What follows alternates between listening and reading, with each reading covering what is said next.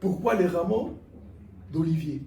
Alléluia. Amen. Vous m'attendez ou j'augmente un peu la voix? Vous m'attendez? Oui. Jusqu'au bout. Pourquoi les rameaux d'olivier? C'est la question que j'ai demandé à tout le monde parce que notre église, ça s'appelle comment? Assemblée chrétienne, les rameaux d'olivier. Mais pourquoi les rameaux d'olivier? C'est ça, aujourd'hui, je vais vous donner l'histoire de ce nom que je n'ai jamais fait à l'église. Pourquoi? Parce que ça fait, maintenant, ça fait depuis 2013. Vous vous rendez compte, ça fait combien d'années? 7 ans. Hein? 8 ans. Ça fait déjà beaucoup d'années que je n'ai même pas pu parler. Pourquoi? Parce que c'était jamais affiché. Il a fallu encore 8 ans, mais on voit vraiment comment l'homme traîne. Mais Dieu, il sait toutes choses. Comme la parole de Dieu dit, toutes choses concourent au bien de ceux qui aiment Dieu. Le temps de Dieu, ce n'est pas notre temps. Souvent, lorsque Dieu dit quelque chose à l'homme souvent a tendance à résister, suite des fois à l'incrédulité ou la crainte, ou encore parce qu'il n'arrive pas à pouvoir savoir qu'est-ce que Dieu veut au juste. À cause de cette incrédulité, des fois, Dieu utilise une force. Dieu, des fois, il bouscule. Vous vous souvenez à propos de l'église de Jérusalem? Au moment où Dieu leur a dit, clairement, Jésus a dit, allez, faites de toute nation des disciples, les baptisant au nom du Père, du Fils et du Saint-Esprit. Ces paroles, ça se trouve dans Matthieu 28, 19. Au lieu de faire cela, qu'est-ce qu'ils ont fait? Ils sont restés au même endroit. Il a fallu que Dieu puisse mettre le souffle de la persécution. Et à ce moment-là, lorsqu'il y a persécution, qu'est-ce qui s'est passé? Et ils se sont dispersés et ils sont partis partout pour commencer à pouvoir partager la bonne nouvelle de Christ. Mais bien aimé, l'Église est constituée de tous ceux qui ont accepté la parole de Dieu et qui ont été baptisés. D'ailleurs, dans Actes 2, 41, nous voyons, il est écrit, ceux qui acceptèrent sa parole furent baptisés.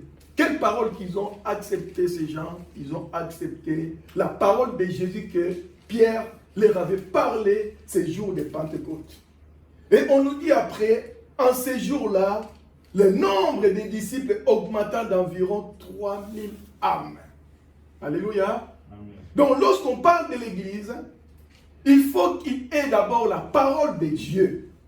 Et après avoir annoncé la parole de Dieu, la suite, il faut qu'il y ait des baptêmes. Et après, on peut parler de l'Église. Alléluia. Amen. Donc, pour dire de cette Église a commencé depuis 1966. Je vais vous relater un peu l'histoire de notre Église. Ça fait déjà combien d'années si on calcule? Depuis 1966, ça fait combien? 50 combien? Vous n'êtes pas des matheux là? 25. Hein? Ça fait 55 ans que cette Église existe. Donc, en 1966, le missionnaire Jacques Giraud arriva à Arles. Il remarqua qu'il n'y avait pas d'église évangélique dans la ville. Et sans tarder, il commença l'évangile. Et en espace de quelques mois seulement, ce qui a été extraordinaire, même pas une année, en espace de quelques mois seulement, plusieurs personnes acceptèrent Jésus et furent baptisées. Et c'est ainsi que cette église était née. Et cette église était née sous le nom de l'église évangélique de Pentecôte. Comme je vais vous dire, il n'y avait pas d'église évangélique en Arles. Et plus, mes bien-aimés, comme les frères ou les missionnaires Jacques Giraud étaient des assemblées de Dieu, l'église était directement affiliée aux assemblées de Dieu. Et l'église, ça s'appelait Église évangélique de Pentecôte. Mais quelques années après, vers 1989, l'église se sépara des assemblées de Dieu, mais l'église gardait toujours le nom de l'église évangélique de Pentecôte. Ces noms reliaient toujours cette église avec les églises de la fédération qu'on appelle les assemblées de Dieu. Quand je suis arrivé en Arles, Dieu m'a conduit dans cette église par des visions. Et c'est comme ça, j'ai compris que Dieu voulait que je reste dans cette église. Et en ce moment, lorsque j'étais là, celui qui était pasteur de cette église, c'était le missionnaire Jacques Giraud. Alors, il m'a pris avec lui comme son second, même pas, j'étais, je veux dire, les stagiaires, et aussi en même temps aussi, j'étais là comme celui qui était là pour faire toutes les tâches, qui est ménagère, laver l'église, faire des WC, faire tout ce qui était des choses à pouvoir faire. Et je le faisais, je vous dis clairement, mes bien-aimés, avec cœur joie. Alléluia. Et je le fais vraiment avec cœur joie pendant au moins 8 ans. Alléluia. Pendant 8 ans, je n'étais pas devant et j'étais derrière et dans le WC en train de nettoyer et en chantant les cantiques de Dieu. Alléluia. Et nous avons travaillé ensemble de 1996 à 2004. Et en 2004, quand le pasteur Jacques Giraud est parti, l'église était dans une situation très difficile. Très, très difficile. Il y avait même question de pouvoir arrêter tout. Les anciens, ils savent. Il y avait même des fois, le dimanche, on arrivait, il n'y avait pas grand monde. Frère Marc, frère Jacques, on se regardait, on disait, mais Seigneur, qu'est-ce qu'il faut faire?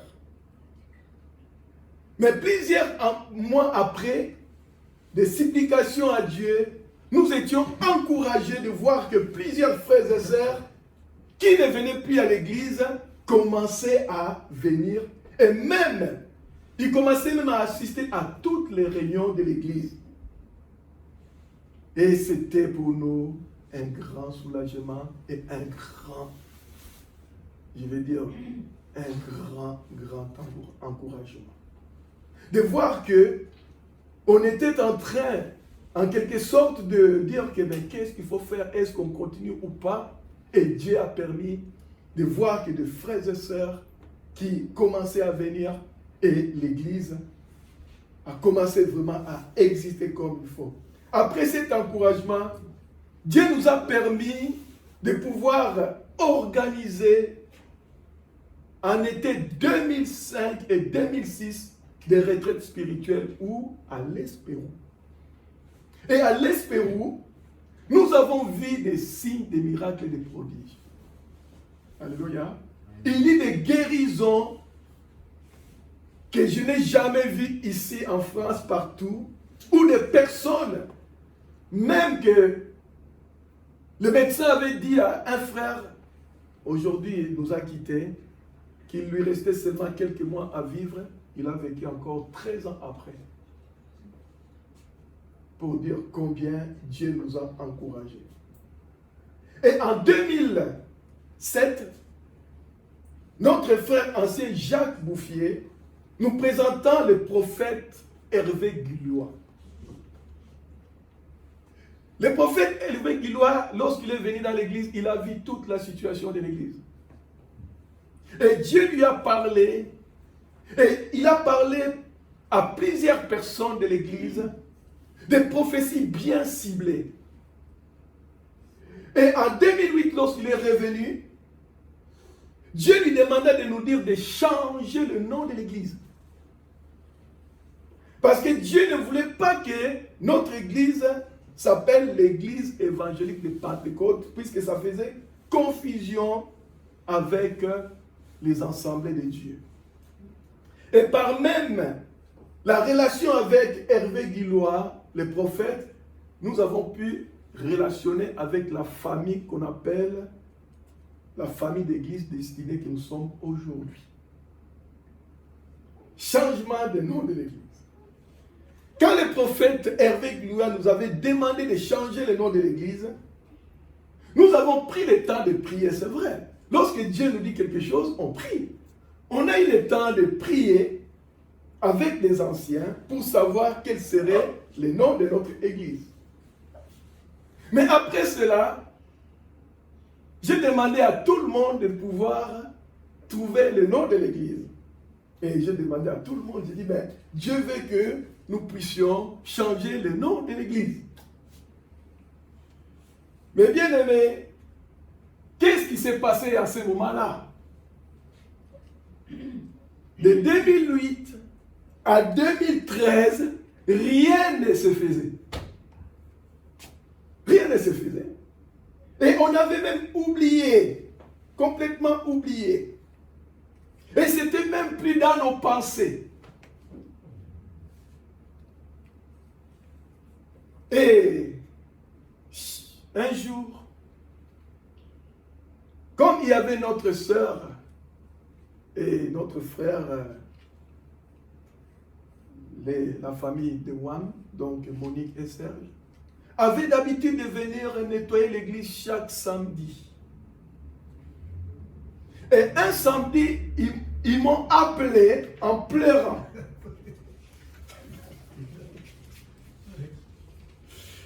Ils m'ont appelé en pleurant. À ma grande surprise, la sœur Monique me dit que la plaque de cuivre qui était mentionnée Église évangélique de Pentecôte a été volée.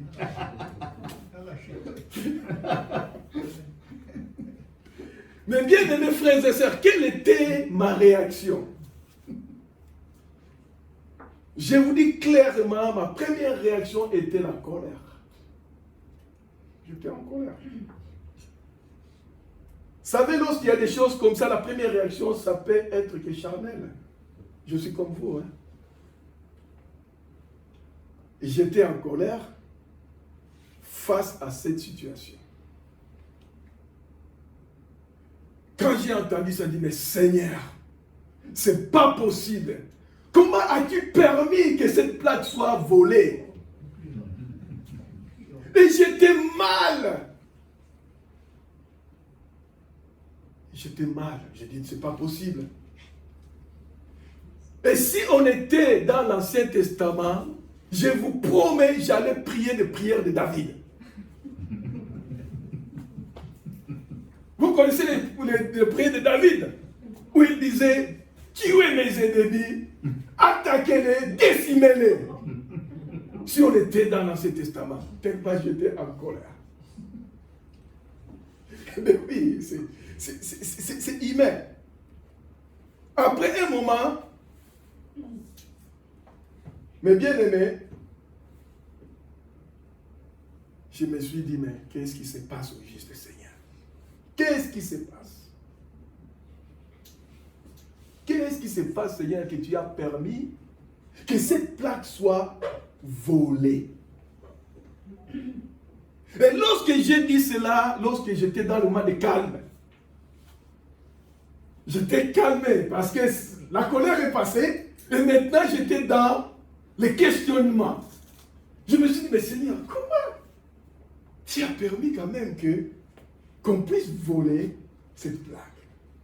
En ce moment-là, j'entends une voix à l'intérieur de moi qui me dit, incrédule, insensé, jusqu'à quand tu résisteras à faire ce que je t'ai demandé.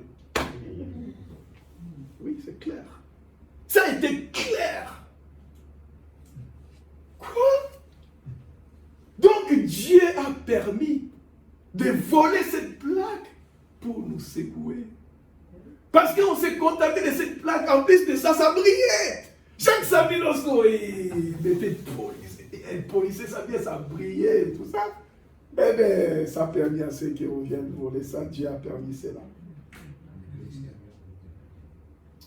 Mais bien aimé, tout à coup, les choses étaient claires devant moi. Qu'est-ce qu'il faut faire? Qu'est-ce qu'il faut faire? Et je savais, en Dieu, il n'y a pas la démocratie. Alors que moi, je voulais faire les choses de la démocratie. Alors que Dieu, c'est la théocratie. Dieu, lorsqu'il choisit une personne, il lui donne le mandat de pouvoir diriger le peuple. Et il lui donne aussi tout ce qui est nécessaire pour qu'il puisse avoir la révélation. Alors moi, au lieu de chercher vraiment la face de Dieu pour dire, Seigneur, parle-moi, moi je dis, ben non, l'Assemblée cherchait le nom de l'Église, comme ça, on va tous donner le nom de l'Église et puis on va faire le vote. Et on votera les noms qu'il faut pour notre Église. Mais ça a été fiasco. Pendant 5 ans. Rien. Complètement oublié. Oublié. Alors à ce moment-là,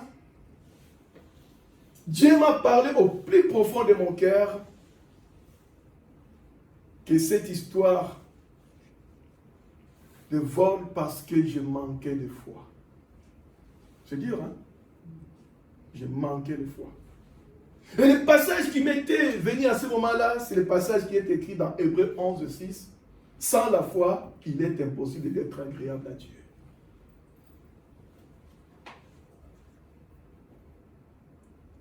Quand j'ai compris, Dieu me disait que j'ai incrédule, tu n'as pas la foi. Mais bien aimés frères et sœurs, je me suis repenti devant Dieu. La place de la colère était remplacée par des larmes de la repentance. J'étais poussé par le Saint-Esprit de demander pardon à Dieu d'avoir oublié ce qu'il m'avait demandé. J'étais obligé de demander pardon, je me promets. Je demandais pardon. Je dis, Seigneur, pardon. Mais nous connaissons Dieu. Lorsque sa bonté nous pousse à la repentance, et c'est pour nous faire du bien. Alléluia. Romains 2, 4. La révélation et la communication d'une façon surnaturelle à l'homme la pensée de Dieu. J'étais dans cette période de supplication devant Dieu pour qu'il puisse me révéler qu'est-ce qu'il voulait comme nom de notre Église. J'ai demandé.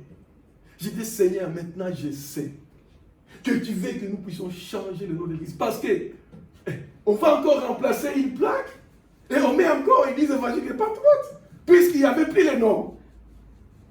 Il nous était maintenant nécessaire, obligé de mettre une plaque avec un nouveau nom. Je priais. Un jour, je me suis dit, je vais aller prier dans la salle de l'église, là où nous étions, dans 40 rue Voltaire. J'étais en train de prier dans la salle. Voici ce qui était ma prière. Seigneur, j'aimerais que le nom de cette église soit en rapport avec cette région. Et que ce nom soit biblique. Et qu'aussi je puisse avoir une explication dans la parole de Dieu. À ce moment-là, je plairais même, je dis, Seigneur, ben, on ne va pas rester longtemps de cette façon. Au moment où j'ai dit Amen, j'ai reçu une image que nous connaissons, nous tous. La plupart nous connaissons. Vous connaissez cette image? J'ai reçu l'image de la colombe portant à son bec une petite branche d'olivier. Si vous voyez. Vous le voyez? À peu près. J'ai reçu cette image-là. Ça m'est venu dans la tête.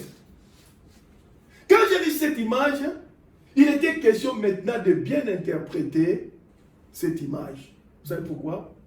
Parce que la colombe portant une branche d'olivier est aussi le symbole de la paix. Eh oui, c'est le symbole de la paix. De l'espoir, la paix, la sérénité, tout ça. tout de suite ce qui est extraordinaire. Mes pensées sont dirigées sur la branche d'olivier que la colombe portait à son bec.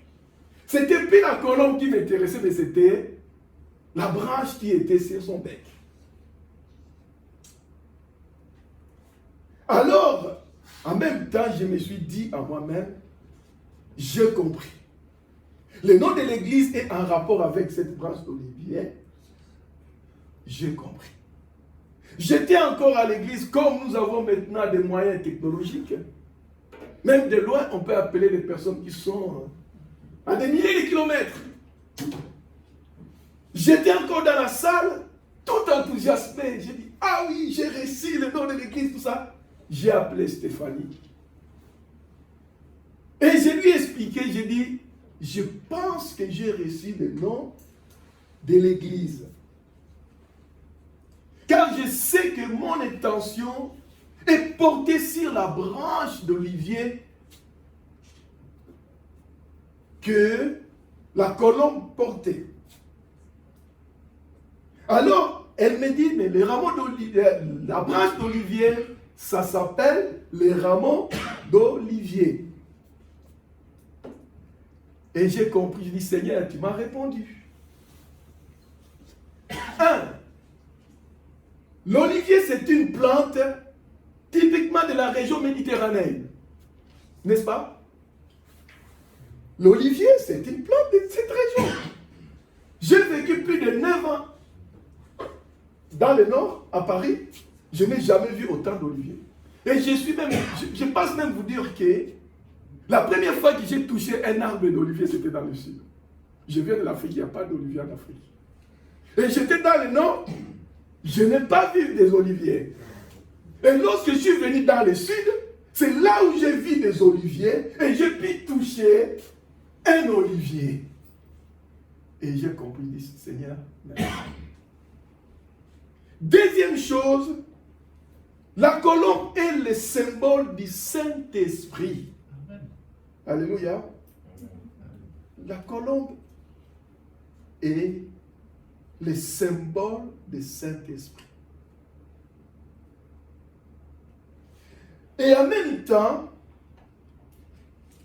après avoir retenu que notre Église sera appelée, ou serait appelée, les rameaux d'olivier, il y avait la question maintenant. Est-ce que cette Église va être appelée Église les rameaux d'olivier ou Assemblée chrétienne les rameaux d'olivier? Après avoir que nous avons posé toutes ces questions, nous avons vu dans la Bible que l'Église est nommée souvent assemblée, tout ça.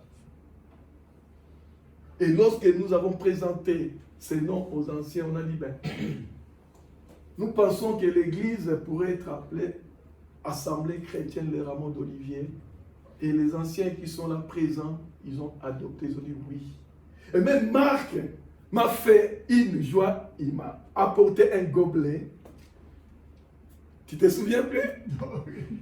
Où il y a des rameaux d'olivier, c'est écrit rameaux d'olivier. Alléluia. Je l'ai encore à la maison, c'est pas cassé. Alléluia.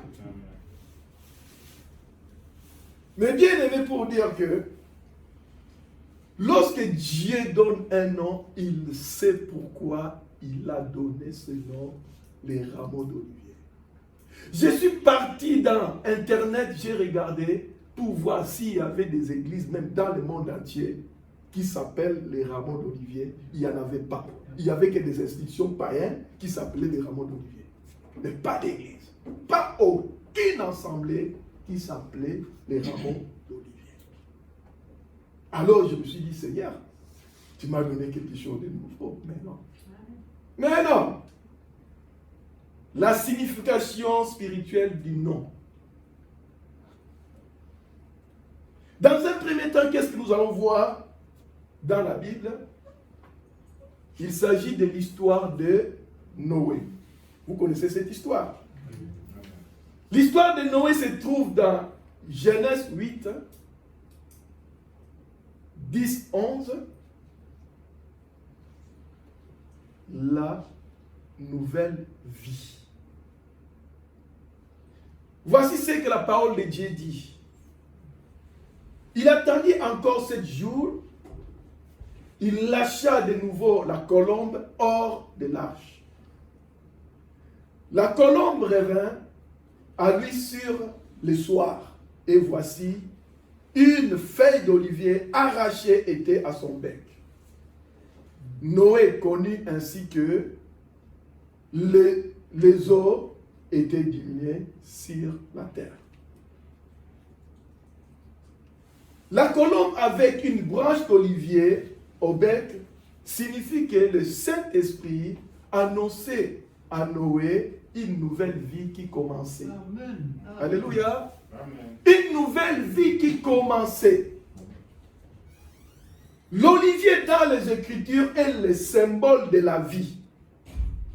Et lorsque la Bible parle de la vie, il ne s'agit pas de la vie sur terre, mais il s'agit de l'éternité. Alléluia. Amen. Lorsque la Bible parle de la vie, il s'agit de l'éternité. Celui qui veut la vie, qu'il me suive. C'est Jésus qui a dit ça. Alléluia. Celui qui veut la vie, qu'il me suive. Quelle est la bénédiction que Dieu va donner à tous ceux qui sont les fils d'Abraham par Jésus? C'est la vie. Mais c'est quelle vie? La vie éternelle. Lorsque la Bible parle de la vie, c'est l'éternité. Toutes les nations du monde seront bénies en son nom, au nom de Jésus-Christ. Et cette bénédiction, c'est la vie éternelle. Et l'olivier, mes bien-aimés frères et sœurs, il n'y a pas un seul arbre sur la terre qui bat les records de longévité comme l'olivier.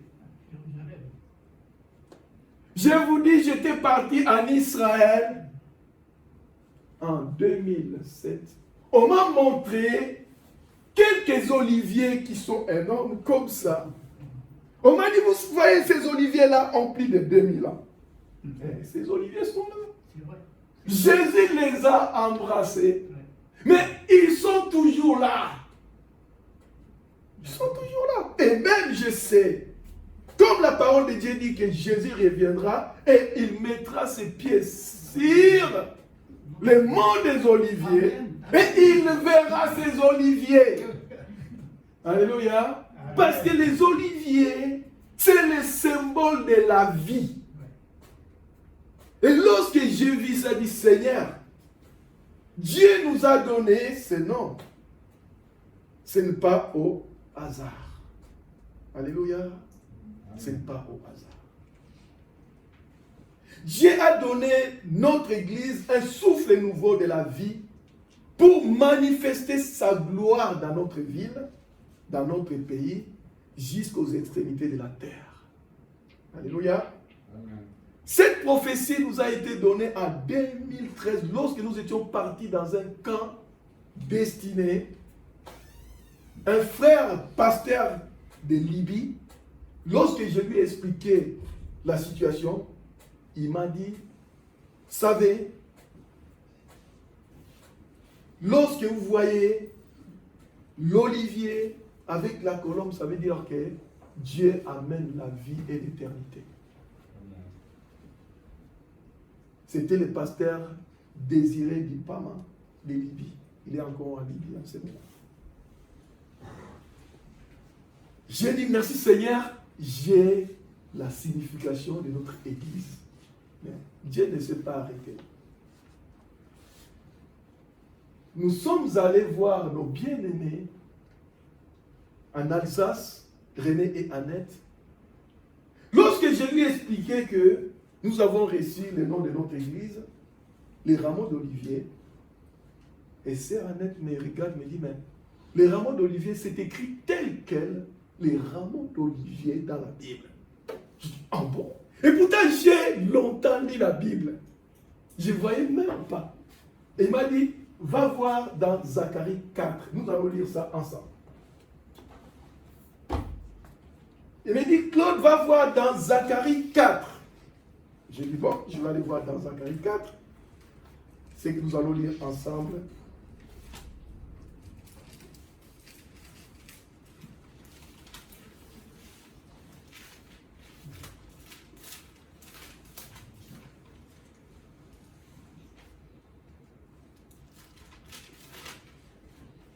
Voici ce qu'il est écrit dans Zacharie 4. L'ange qui me parlait revint, et il me réveilla comme un homme qu'on le réveille de son sommeil. Il me dit, que vois-tu? J'ai répondu, je regarde et voici, il y avait un chandelier tout en or, surmonté d'un vase et portant 7 lampes, avec 7 conduits pour les lampes qui sont au sommet du chandelier. Et il y avait près de lui 2 oliviers, l'un à droite du vase et l'autre à sa gauche. Et reprenant la parole, j'ai dit à l'ange qui me parlait, que signifient ces choses, mon Seigneur? L'ange qui me parlait me répondit, ne sais-tu pas ce que signifient ces choses?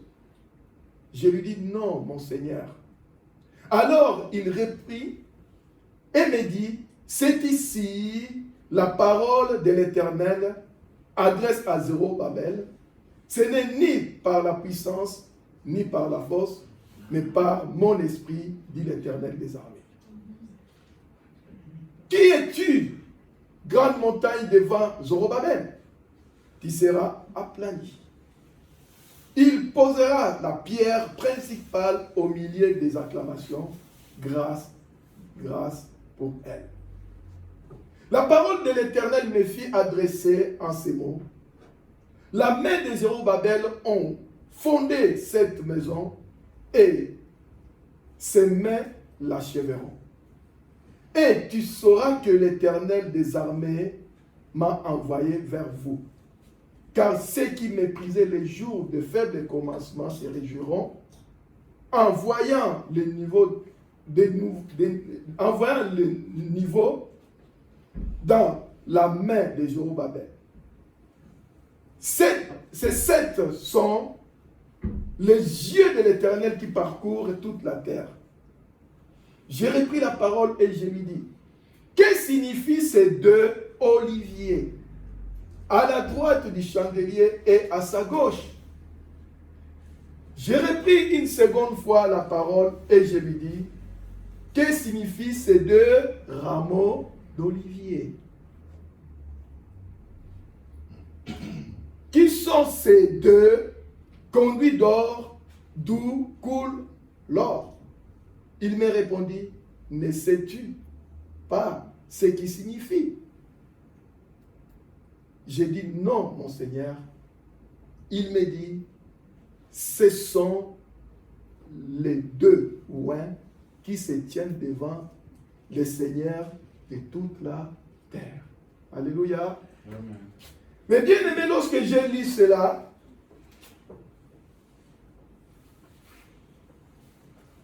le verset 14 me dit, les 2 rameaux d'olivier sont les 2 oins qui se tiennent devant le Seigneur de toute la terre. Tout de suite, j'ai compris.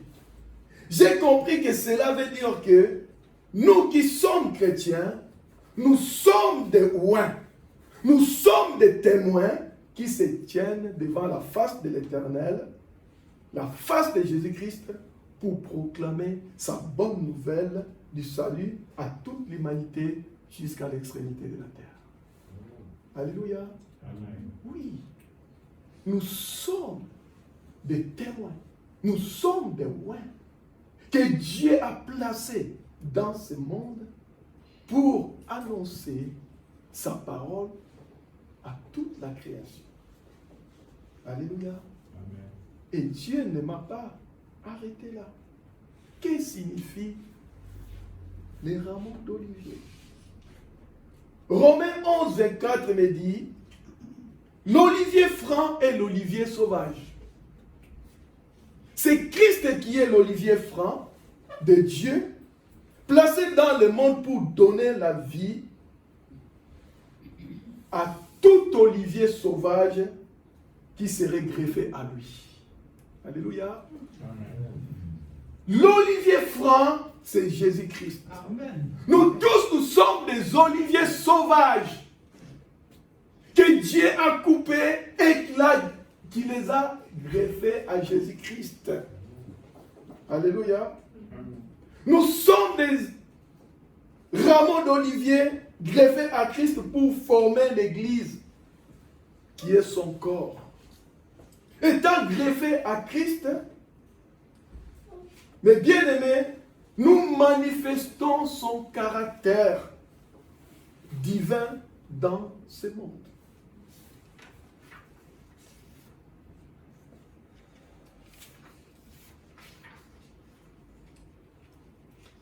Alléluia. Oui. Étant donné que nous avons reçu sa nature, étant donné que nous avons été greffés en lui,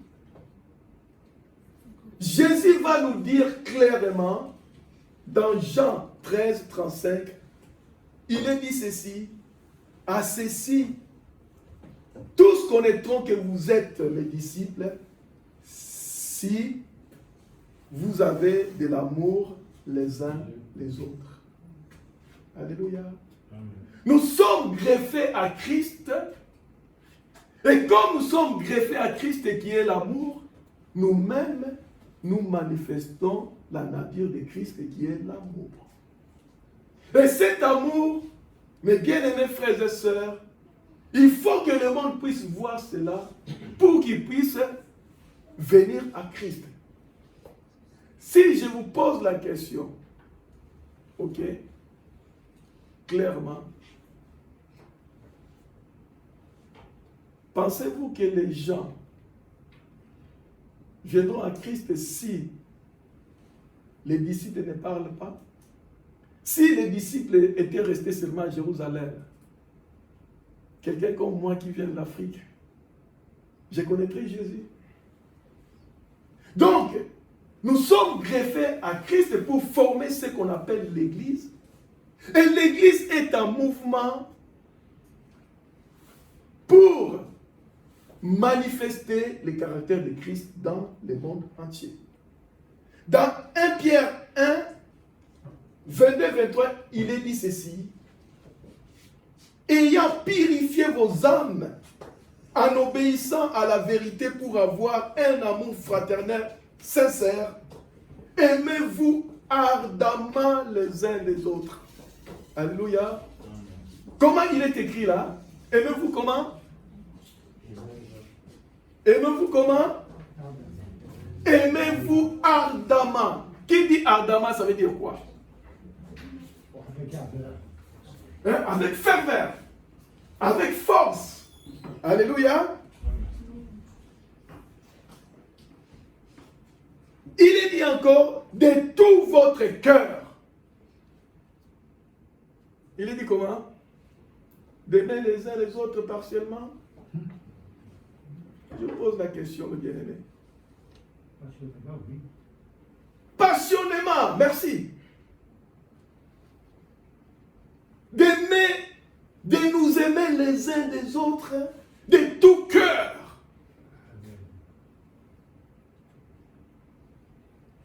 Pourquoi il est dit ceci? Puisque vous avez été régénérés, non par une semence corruptible, mais par une semence incorruptible. Vous avez compris? Nous pouvons nous aimer les uns les autres d'un amour fraternel sincère. Parce que nous n'avons pas été régénérés par une semence corruptible, mais une semence incorruptible. Lorsque nous sommes greffés en Jésus-Christ, la semence qui coule à nous C'est une semence qui est incorruptible. C'est pour cela notre amour, mes bien-aimés, ce n'est pas un amour qui est rempli de corruption, mais c'est un amour qui est rempli de la sainteté de Dieu. Alléluia. Un amour qui est sincère et qui vient de nous par la parole vivante et permanente de Dieu. C'est cette parole de Dieu que nous recevons de Jésus-Christ lorsque nous sommes greffés en lui, qui va manifester à nous cet amour de pouvoir nous aimer les uns les autres et que nous formons ce qu'on appelle l'Église. L'Église, c'est un gros tronc qui a plusieurs branches d'olivier qui s'attachent sur cette branche. Et cette branche forme l'Église et l'Église qui est greffée à Christ. Alléluia. Étant donné que nous sommes des rameaux d'olivier greffés à Christ, comme je vous dis, nous ne sommes pas régénérés par une semence incorruptible pour que nous puissions nous aimer les uns les autres comme le monde. Mais nous nous aimons les uns les autres avec cet amour qui est sincère, qui vient du cœur de notre Papa, de notre Dieu, qui est amour. Amen. Alléluia. Amen. De notre Dieu qui est amour.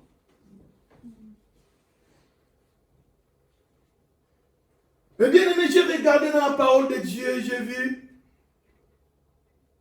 Paul va dire dans Philippiens 1:8, Dieu m'est témoin que je vous chéris tous avec la tendresse de Christ. Alléluia. Je vous chéris tous avec la tendresse de Christ. Mais bien aimé, sœurs, frères, s'il n'y a pas l'amour et la tendresse de Christ avec nous, on ne peut pas être ensemble. Parce que nous avons reçu cette semence qui est incorruptible de Dieu, une semence de la sainteté de Dieu, nous pouvons manifester les uns des autres cet amour qui est sincère. Un amour qui n'a pas de duplicité, un amour qui n'a pas de parti pris. Mais c'est Dieu qui nous donne cet amour-là pour que nous puissions être ensemble les uns les autres. Alléluia. Eh bien aimé, attention. Tout rameau d'olivier qui est greffé en Christ et qui ne porte pas les fruits, l'huile d'olive. Alléluia. Vous connaissez qu'est-ce que la Bible nous dit? L'huile, c'est quoi? Hein? L'huile dans la Bible, c'est le symbole du Saint-Esprit. Si nous avons en nous l'huile, le fruit du Saint-Esprit, que vous voyez bien, qui est cité dans Galates 5, 22, alléluia, nous ne serons pas retranchés. Mais nous serons encore bien remplis pour que nous puissions encore porter plus de fruits. Alléluia. Que nous puissions porter encore plus de fruits. Mais si nous ne portons pas de fruits, si nous n'avons pas de l'huile, il ne pourrait pas avoir la lumière. Vous êtes d'accord avec moi? Amen. Vous avez entendu les messages sur les 10 vierges. Pourquoi les 5 vierges n'ont pas pu rentrer pour être avec l'époux? Parce qu'il n'y avait pas d'huile. Et tout rameau d'olivier qui n'a pas d'huile ne peut pas être une lumière. Parce que cette lumière que nous avons en nous, c'est le Saint-Esprit qui est l'huile d'olive, qui est en nous, qui donne cette lumière. Et tout rameau d'olivier qui ne porte pas les fruits, il est retranché.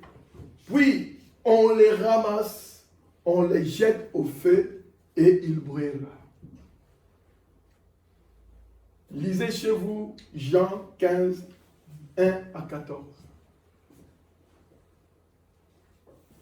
Mais bien aimé, comme j'ai dit, une fois que nous portons le fruit qui est le Saint-Esprit en nous, qui va faire pousser à nous le fruit qui est digne de son nom, voici ce que la parole de Dieu nous dit dans Matthieu 5, 16.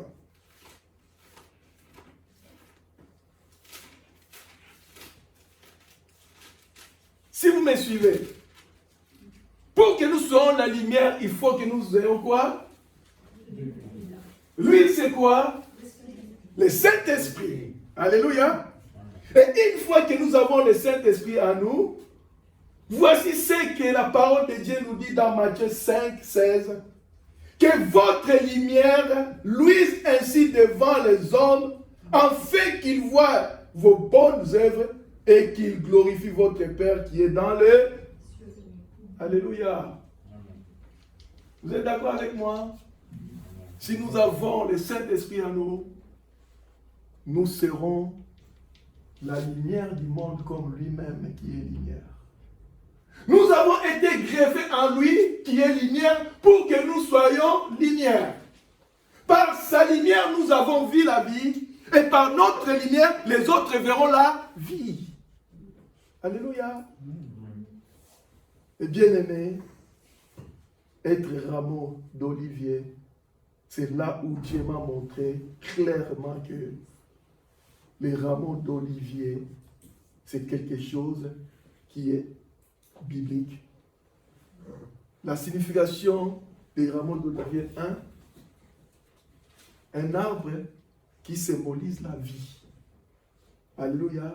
Nous tous qui avons reçu Jésus-Christ, nous avons la vie en nous, la vie éternelle. Alléluia. Nous tous, nous avons reçu Jésus-Christ, nous sommes des rois de Dieu, des témoins de Dieu, qui nous sommes en face de Dieu, nous recevons de ce qui est de Dieu et nous le portons dans le monde pour que le monde connaisse qui est Dieu. Alléluia. Amen. Troisièmement, sans Jésus, nous ne pouvons rien faire. Si nous ne sommes pas greffés en Jésus-Christ, étant donné que nous sommes des oliviers sauvages, nous allons sécher et on va nous mettre dans le feu et se filer. C'est pour cela, les bien-aimés, frères et sœurs, restons greffés en Jésus et manifestons cet amour ardent qui émane au plus profond de nos cœurs les uns les autres. Alléluia. La parole de Dieu nous dit, c'est par cet amour que le monde verra que nous sommes des enfants de Dieu. Que le nom du Seigneur Jésus soit béni. Amen. Voilà, je voulais vous parler de ça parce que ma joie, c'est la première fois. Depuis que nous avons reçu le nom de cette église, ça n'a jamais été affiché en arbre. Et pourtant, ceux qui sont de cet endroit, et ils l'ont déjà affiché il y a déjà quelques années. Mais là où le nom était sorti d'origine, on n'avait pas affiché encore. Et là, maintenant, c'est affiché. Alléluia. Les rameaux d'olivier. Vous êtes des rameaux d'olivier. Alléluia. Je suis un rameau d'olivier. Tu es un rameau d'olivier. Nous sommes des rameaux d'olivier. Alléluia. Et l'olivier Christ. Alléluia. Parce que si Christ est olivier, et nous sommes de son corps, nous aussi nous sommes des oliviers. Que le nom du Seigneur soit béni. Alléluia. Je vais prier. Seigneur notre Dieu, nous voulons te dire encore merci de cette révélation que tu nous as donnée de voir que nous sommes greffés en toi, nous sommes une même plante avec toi et que nous bénéficions de cette semence qui est en toi, qui est incorruptible, pour que nous puissions manifester cet amour que le monde ne connaît pas et que cet amour qui vient que de toi et que tu veux que nous puissions manifester au monde pour que le monde sache que tu es Dieu, Seigneur. Fais de nous des véritables, Seigneur notre roi, oliviers qui portent les fruits dignes de ton nom, le Saint-Esprit, afin que notre lumière soit vue de tout le monde, comme tu as dit, Seigneur. On ne mettra pas la lumière sous la table, mais on mettra la lumière sur la table, afin que ceux qui sont dans la maison puissent voir là où est la lumière. Par ta lumière, nous avons vu les chemins. Et aujourd'hui, tu nous as appelés, nous sommes la lumière du monde. Permets, Seigneur mon Dieu, jusqu'à la fin de nos vies, ici sur cette terre, que nous soyons de véritables lumières dans ce monde, afin que le nom de notre Père Céleste soit glorifié à travers nous. À toi, c'est la gloire, l'honneur, la puissance pour les siècles des siècles. Merci Seigneur Jésus. Amen. Amen. Bon dimanche à tous. Oui, Angèle.